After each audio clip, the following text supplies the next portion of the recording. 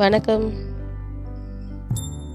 முருகன் அடியாருக்கும் முருகன் பக்தர்களுக்கும் வணக்கம்.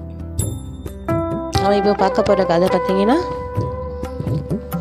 பழனியோட ஞானப்பழம் கதை.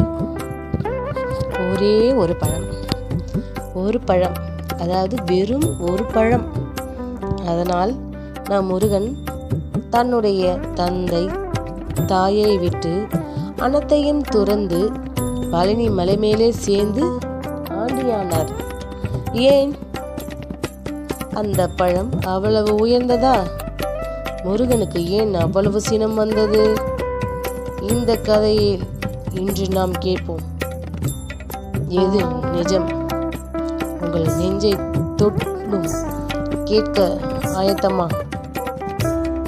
கைலாயம் என்னும் மலை, அங்கே சிவன், உமையம்மை, பிள்ளையார், முருகன் அனைவரும் மகிழ்ச்சியோடு வாழ்ந்த காலம். அந்த பொழுதில் நாரதர் என்னும் முனிவர் வந்தார். கையிலே பொன் போல மின்னும் ஒரு அழகிய ஞானப்பழம். நாரதர் சொன்னார், இறைவா, இது சாதாரண பழமல்ல, இது ஞானப்பழம். இதை உண்டால் உலகத்தின் அனைத்து அறிவும் கிடைக்கும். உடனே சிவன் சொன்னார், புன்முறுத்துவலோடு சொன்னார், நாரதா, இதை என் இரு புதல்வருக்கும் கொடுத்து விடு.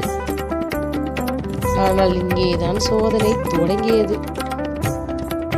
நாரதர் சொன்னார், இங்கே பழத்தை இரண்டாக பகிரக்கூடாது.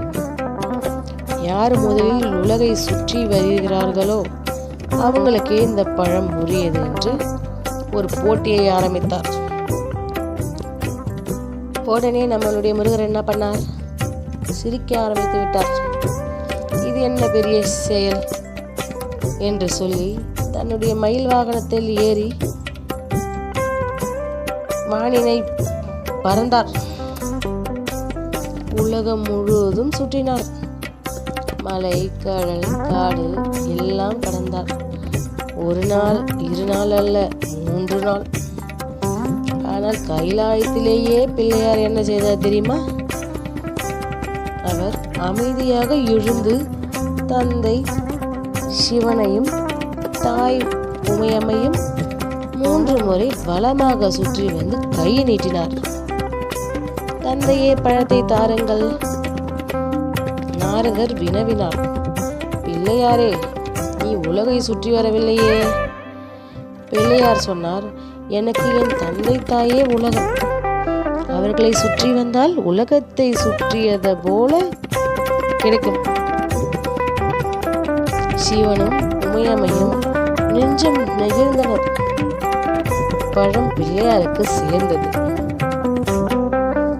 3 நாள் கழித்து நம்மளுடைய முருகன் வந்தார். காடு மலையெல்லாம் சுற்றிவிட்டு என்ன செய்வது? பழத்தை வாங்க வேண்டும் என்று ஆர்வத்தோடு வேகமாக வந்தார். 3 நாள் கழித்து விட்டதே. முருகன் உலகை சுற்றி முடிச்சு விட்டு வெற்றியோட மகிழ்ச்சியோடு வந்தார். கைலாயம் வந்து இறங்கிட்டார். தந்தையே, நான் உலகை சுற்றி முடித்து விட்டேன். பழம் எங்கே? அங்கே பார்த்தால் பிள்ளையாரின் கையில் பழம். அனைவரும் மகிழ்ந்து சிரித்து கொண்டிருந்தனர். முருகனுடைய நெஞ்சம் உடைந்தது. என்ன? நான் மயிலில் உலகை சுற்றினேன், ஆனால் பழம் அண்ணனுக்கா? எனக்கு இது முறையல்ல. இப்போது புரிகிறது. இவ்வளவுதான் நீங்கள் என் மீது வைத்த அன்பு. யாரையும் பாராமல், யாரிடமும் பேசாமல், வெறும் சினத்துடன் கண்ணில் நீரை அடக்கிக் கொண்டு வெளியில் நடந்தார். தந்தை அழைத்தார். தாய் கண் கலங்கினார். ஆனால் அவர் திரும்பி பார்க்கவில்லை. நேராக பழனி மலையை அடைந்து அனைத்தையும் துறந்து ஒரு ஆண்டியை போல தனியாக அமர்ந்து விட்டார். ஒருவர் அவ்வளவு சினம் கொண்டு சேர்ந்தது பழத்திற்காக அல்ல. அவர் எனக்கு மட்டும் ஏன் தந்தை தாயின் அன்பு குறைகிறதோ என்று. ஆனால் முருகனுக்கு அப்பொழுது புரியவில்லை ஞானம் என்பது என்ன என்று. பிள்ளையார் உரைத்த ஞானம் தந்தை தாயே உலகம். முருகன் தேடிய ஞானம் நான் யார்.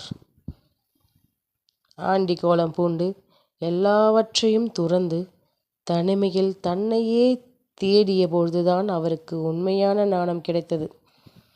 அதனால்தான் பழனி முருகனுக்கு தண்டாயுதபாணி என்று பெயர்.